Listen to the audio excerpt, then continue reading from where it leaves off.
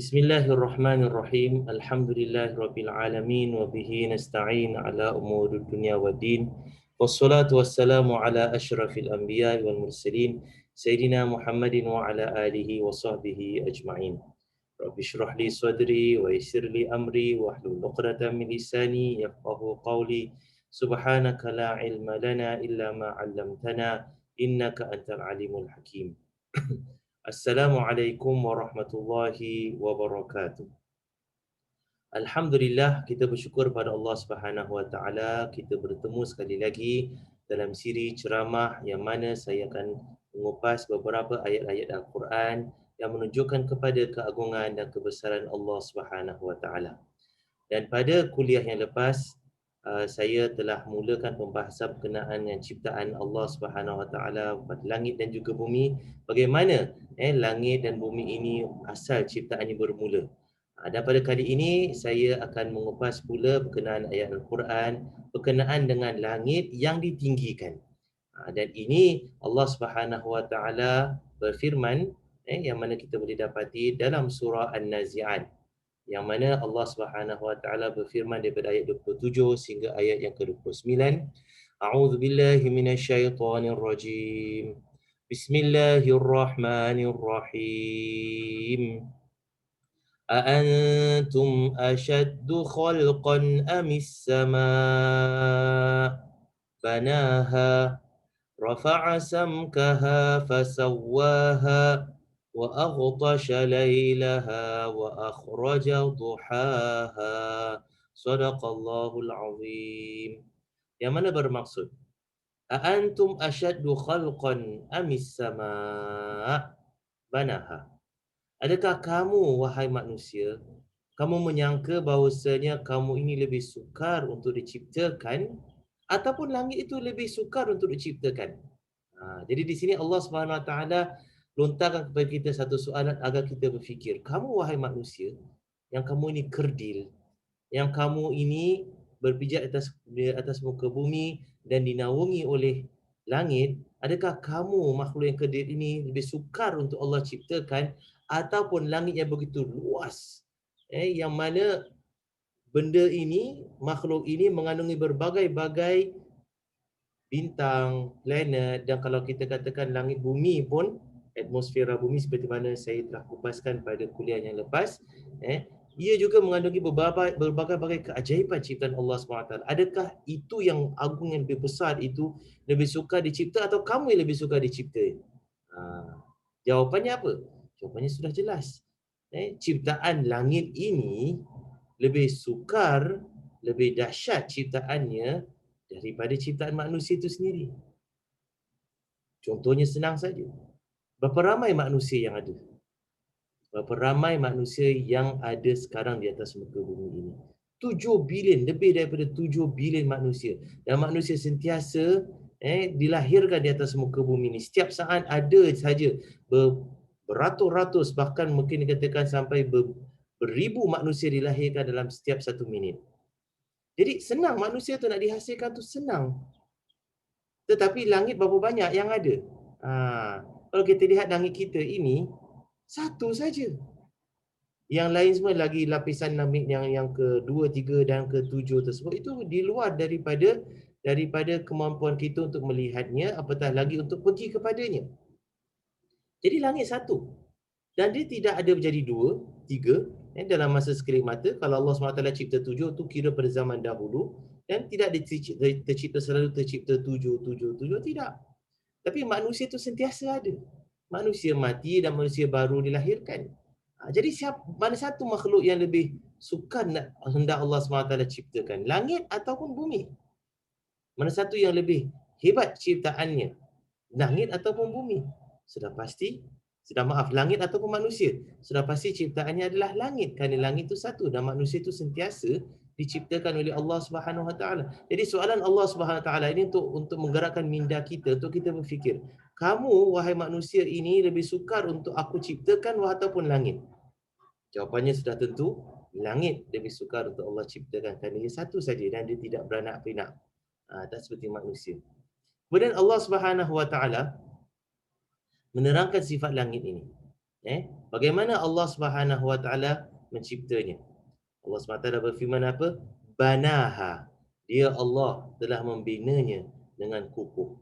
Allah yang bina langit ini. Allah yang ciptanya. Dan kukuh langit tersebut. Kukuh dia bagaimana? Kuatnya bagaimana? Kemudian Allah SWT terangkan selepas itu ayat yang ke-28. Rafa'a samkaha fasawwaha. Dia telah tinggikan letak langit tersebut dan telah sempurnakannya. Nah, langit di sini seperti mana saya telah kupas pada kuliah yang lepas, langit ini membawa dua makna. Satu, alam cakrawala kita ni, angkasa lepas kita ni, the whole universe, itu namanya langit. Dan yang kedua, langit juga bermaksud atmosfera bumi, udara bumi, lapisan udara yang meliputi bumi. Ini juga adalah langit kerana orang Arab mereka menggunakan perkataan langit atau sama' kepada apa jua yang berada di atas kepala mereka. Jadi boleh jadi langit tersebut adalah langit universe kita ini, angkasa lepas kita ini yang dipenuhi dengan bulan, bintang, planet, matahari, galaksi dan sebagainya. Yang begitu luas. Ataupun juga dan boleh juga kita tafsirkan sebagai langit bumi ini, iaitu atmosfera bumi. Apa jua tafsiran tersebut, sama ada itu atau ini, sama ada alam yang semesta luas yang ini, alam semesta ini, ataupun langit bumi iaitu lapisan udara bumi ini, ataupun kedua-duanya sekali dimasukkan di sini, kedua-duanya Allah SWT sebut apa? Rafa'a samkaha. Kami telah tinggikan langit tersebut. Tinggikan. Maknanya kami telah luaskan. Pertama. Kedua, dan kami telah sempurnakannya. Fasawwaha, kami telah sempurnakannya. Bagaimana Allah SWT tinggikan, kalau kita tafsirkan langit tersebut sebagai angkasa lepas, bagaimana Allah SWT tinggikan langit angkasa lepas tersebut? Yang dimasukkan tinggi di sini, benda kalau tu tinggi, maknanya benda tu jauh daripada kita. Kan? Katakan kita tengok bangunan yang tinggi, maknanya tinggi sangat, lebih jauh daripada keadaan diri kita. Kalau bangunan tu rendah, dia dekat dengan kita. Dia punya ketinggian tu dekat dengan kita. Jadi bila dimasukkan tinggi langit angkasa lepas ni, maknanya dia begitu luas sekali. Sangat luas. Dan Allah SWT telah meluaskan angkasa lepas ini dengan seluas-luasnya. Sehingga kan manusia sampai sekarang tidak begitu pasti betapa luasnya angkasa lepas ini. Iaitu universe kita ini, cakrawala kita ini. Sebahagian ahli saintis menyatakan bahawasanya saiz alam ini, saiz universe ini, angkasa lepas ini adalah sebesar 46 bilion tahun cahaya. Macam mana tu? 46 bilion tahun cahaya. Bermaksudnya, kalau dari satu hujung langit ataupun kita punya alam ini atau angkasa lepas ini pada hujung, kalau pada hujung yang lain, kalau ada cahaya yang keluar daripada satu hujung ini, cahaya ini akan bergerak. Dan cahaya merupakan kelajuan yang paling maksimum di dalam alam ini. Dia bergerak secepat 300,000 kilometer dalam masa 1 saat. 300,000 kilometer dalam masa 1 saat. Dalam masa 1 saat, cahaya boleh keliling bumi 7,5 kali. Bayangkan. Jadi begitu cepat perjalanan cahaya. Tapi kalau dia keluar dari satu hujung, dan dia begitu cepat dia jalan 300,000 kilometer dalam 1 saat, kecepatan cahaya, untuk sampai pada penghujung satu lagi alam ini, mengambil masa selama 46 bilion tahun. 46 bilion tahun. Macam mana 46 bilion tahun tersebut? 1 bilion adalah 1,000 juta tahun. Bukan 1 juta tahun. Kalau 1 juta sendiri dah banyak, ini 1,000 juta tahun. Itu pun 1 bilion. Jadi 46 bilion maknanya 46 bilion tahun. Itulah masa yang diperlukan untuk cahaya itu bergerak dari satu hujung kepada satu hujung yang lain. Subhanallah. Begitu luas alam semesta ini.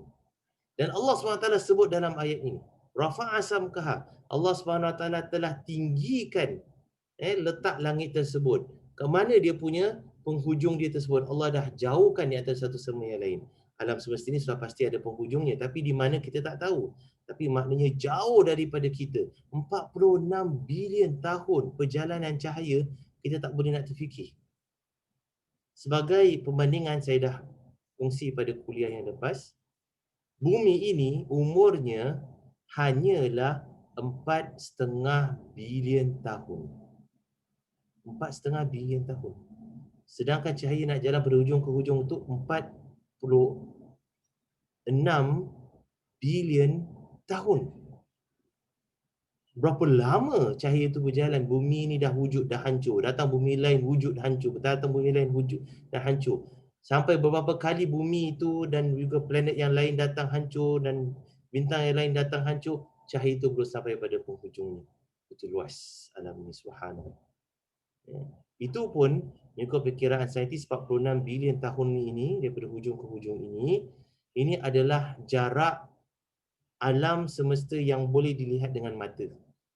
Maknanya kita boleh gunakan alat terupung dan sebagainya, radio, teleskop dan sebagainya untuk kita lihat alam semesta ini, dan luasnya 46 bilion tahun perjalanan cahaya.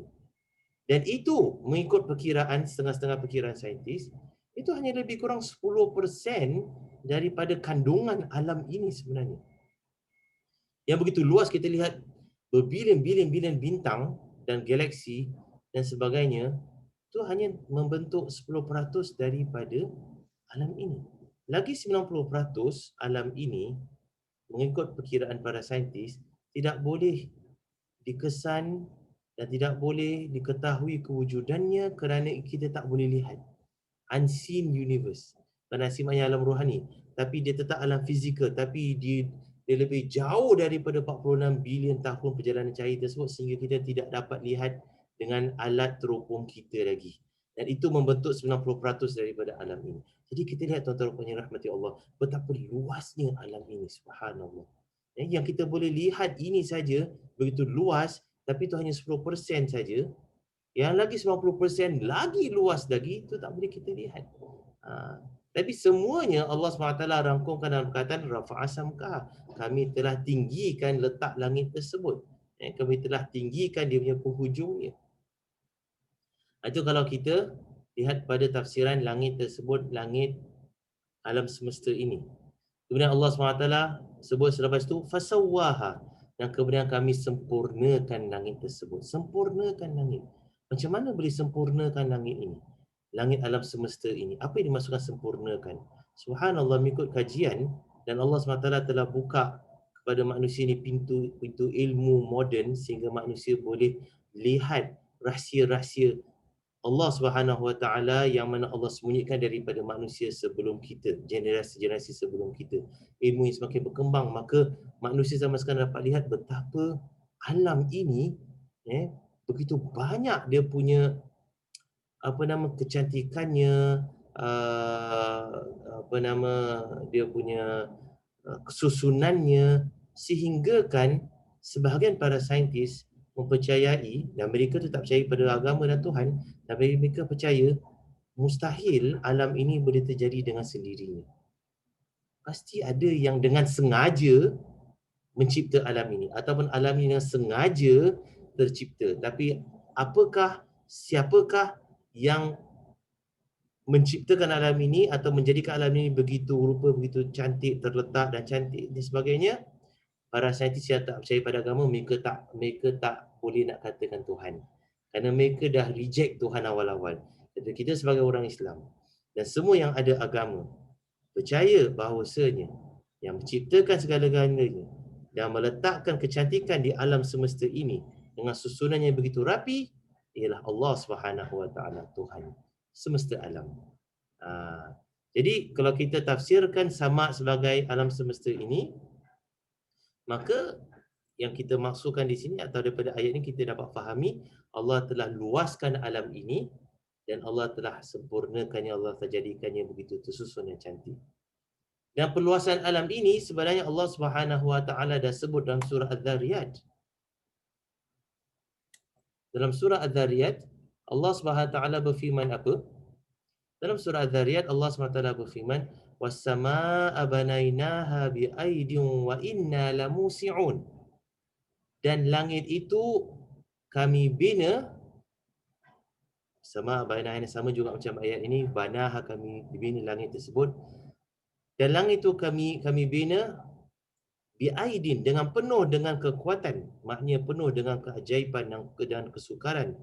Allah tidak suka untuk bercipta, tapi pada kita, Masya Allah, bukan senang nak cipta langit ini.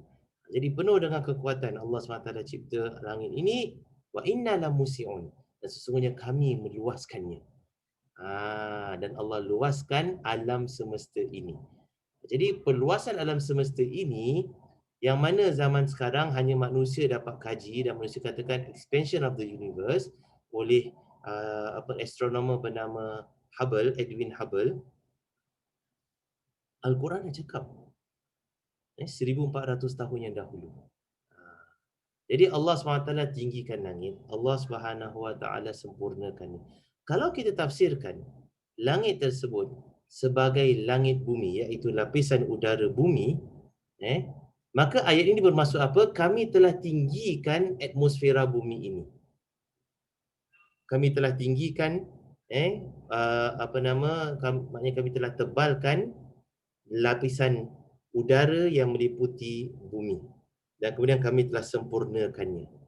Yang ini saya nak kupas pada kuliah kali ini. Bagaimana Allah SWT tinggikan, dan bagaimana Allah SWT sempurnakannya. Mengikut kajian para pengkaji dan para saintis, mereka yang ahli ilmu, apa yang mereka jumpa.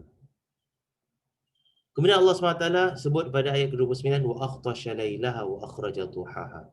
Dan kemudian Allah menutupi malamnya, jadi gelap gelita, dan Allah keluarkan siangnya, terang menderang. Nya ni balik apa? Nya ni balik kepada langit. Jadi kalau langit tu kita tafsirkan sebagai apa? Sebagai alam semesta ini, maka dimasukkan Allah SWT tutup malamnya, maknanya Allah SWT jadikan alam semesta ini, universe ini, space ini gelap gelita. Memang gelap gelita. Kalau tidak ada matahari dan sebagainya, kita tak nampak apa-apa pun. Apa yang kita tengok, lihat kepada filem dan sebagainya, itu hanyalah imajinasi. Ataupun kita lihat kepada dokumentari berkenaan dengan kapal angkasa yang terbang dan mereka terang dan cahaya bercahaya dan sebagainya. Itu kerana cahaya matahari yang mana meliputi angkasa lepas tersebut, ataupun pantulan cahaya daripada bumi, cahaya matahari yang kena bumi, dan bumi itu terang, kemudian bumi itu reflect, pantulkan balik kepada pesawat angkasa lepas ataupun space station dan sebagainya, maka kita lihat terang.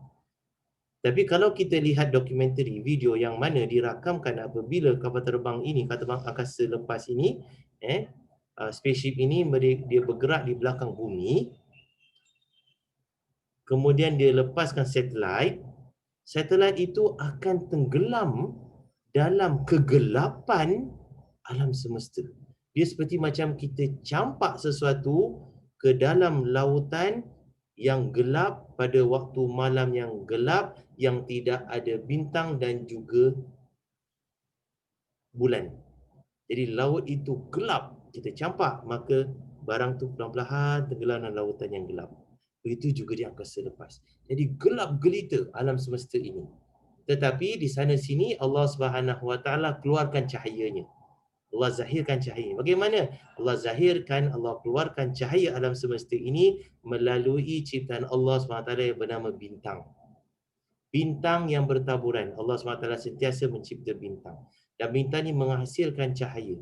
Dan cahaya ini cahaya yang menerobosi kegelapan angkasa lepas.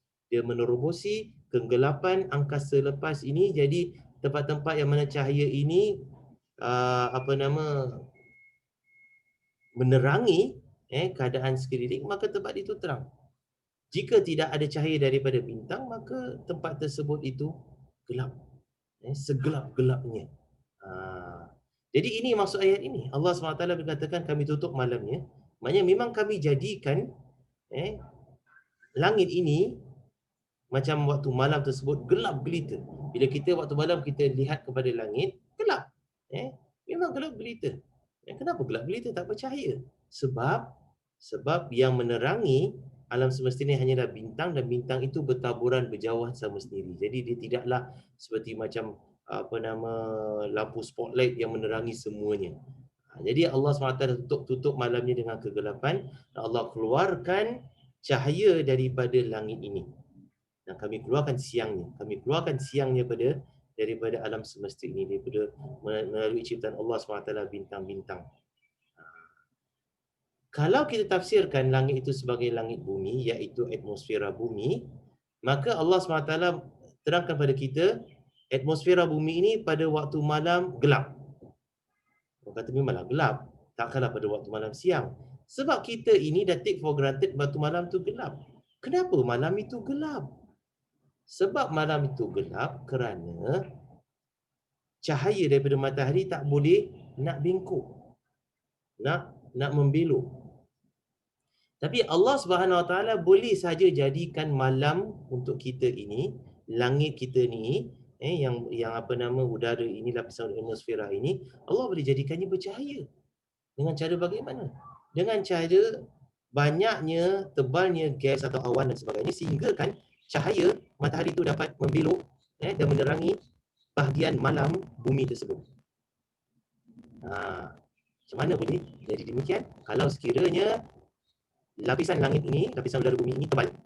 Seperti mana tebal dekat bawah, dekat permukaan, maka juga tebal dekat atas, terlalu sangat tebal, maka cahaya matahari itu boleh membengkok, dia boleh refract. Dia refract, maka dia menerangi langit waktu malam, maka langit waktu malam tersebut terang benderang. Tapi Allah SWT tak jadikan sedemikian. Allah SWT jadikan malam itu gelap, agar apa? Agar manusia boleh berehat dan makhluk-makhluk lain boleh berehat. Bayangkan kalau terang benderang saja, kita susah nak lihat. Tempat-tempat di negara sejuk yang mana matahari tak tenggelam pada musim panas, orang gelisah. Terang, bila masa saya nak tidur. Kemudian masuk pada waktu musim sejuk, matahari tak terbit-terbit, berbulan-bulan lamanya, gelisah juga. Jadi Allah Subhanahu Wa Taala jadikan malam itu gelap agar kita ini dapat lihat. Dan Allah SWT sebut pada ayat dalam surah sebelum surah Nazi'at ini, Allah Subhanahu Wa Taala berfirman apa? Wa ja'alna naumakum subata wa ja'alna al-laila libasa. Kami jadikan tidur itu sebagai fungsi berehat untuk manusia. Wa ja'alna al-laila libasa, dan kami jadikan malam itu sebagai pakaian yang menutupi, menutup bumi tersebut. Jadi waktu bila dah tutup gelap, maka manusia itu boleh rehat. Jadi Allah SWT memang sengaja jadikan malam kita ini gelap gelita dan siang kita terang benderang, kerana Allah SWT keluarkan cahaya daripada atmosfera kita ini. Orang kata macam mana atmosfera kita boleh keluar cahaya? Matahari yang keluarkan cahaya. Ya, matahari keluarkan cahaya, tapi kalau tidak ada langit, katakan bayangkan bumi tidak ada langit, maka permukaan bumi memang terang kerana cahaya matahari itu ada, tetapi langit seluruhnya berwarna gelap, hitam. Kerana cahaya matahari itu straight masuk terus ke bumi, maka kerana tak ada atmosfera, maka langit itu gelap walaupun ada cahaya matahari. Ini seperti mana yang dah dilihat oleh para angkasawan, astronot yang pergi ke bulan. Mereka pergi sampai bulan pada siang hari. Maknanya atas mereka adalah matahari. Tetapi adakah langit yang mereka lihat di atas bulan ini, mereka berada di atas bulan dan mereka dongak ke langit dan mereka lihat langit itu, warna apa langit tersebut? Bukan warna biru, bukan warna hijau, bukan warna oranye, bukan warna sebarang warna, tapi warna hitam, gelap. Kenapa gelap? Sebab bulan tak ada atmosfera. Bulan tak ada gas atau udara yang meliputi keliling permukaan bulan. Tapi bumi ada. Bila bumi ada cahaya ini, maka cahaya matahari yang masuk langit bumi, dia akan berpecah. Bila dia masuk dalam udara bumi, dia akan refract, dia akan pecah kepada 7 warna, iaitu warna-warna pelangi, rainbow. Dan warna biru sebagai warna yang cahaya biru, cahaya yang paling kecil gelombangnya, maka cahaya biru yang sampai pada mata kita. Maka kita kita lihat langit itu warna biru. Kerana warna biru yang sampai pada mata kita. Warna lain, warna merah, warna orange, warna hijau, semuanya tak sampai pada mata kita. Mereka itu reflected kepada tempat-tempat yang tak terkena mata kita. Jadi kita lihat langit itu sentiasa biru kerana apa? Cahaya biru yang berpecah, cahaya matahari itu 7 warna masuk atmosfera bumi. Kerana ada atmosfera bumi, maka dia berpecah kepada 7 warna. Macam juga kita lihat pelangi selepas hujan, ada rainbow color, macam itu juga dia berpecah dan sampai pada mata kita adalah gelombang warna cahaya warna biru. Maka kita lihat langit itu biru dan biru itu terang. Jadi cahaya matahari terang dan cahaya langit pun terang. Jadi dimaksudkan bahawasanya Allah tutup malam jadi gelap gulita dan kemudian Allah keluarkan siang terang benderang. Kalau kita tafsirkan dari sudut pandangan langit itu adalah atmosfera bumi. Jadi kedua-dua tafsiran ini boleh digunakan. Kita tafsirkan as-sama dalam ayat ini sebagai alam cakrawala. Dan kita juga boleh tafsirkan langit ini, dalam ayat ini, sebagai atmosfera bumi. Yang keduanya menepati apa yang Allah SWT sebut dalam ayat yang ke-27, 28 dan juga 29. Muslimin dan muslimat dirahmati Allah, berkenaan dengan bagaimana langit bumi ini ditinggikan dan bagaimana Allah Subhanahu Wa Taala binanya dengan kukuh dan sempurnakannya. Dan ini insya-Allah kita akan kupas secara lebih mendalam pada kuliah yang akan datang insya-Allah. Jadi semoga kita bertemu sekali lagi dalam kuliah pada Jumaat hadapan. Dan semoga Allah SWT tambahkan ilmu kepada kita, dan semoga dengan demikian bertambahnya iman dan takwa kita kepada Allah Subhanahu wa taala. Aqulu qawli hadza wa astaghfirullahal azim li wa lakum wa lisa'iril muslimin wal muslimat wal mu'minin wal mu'minat. Wassalamu alaikum warahmatullahi wabarakatuh.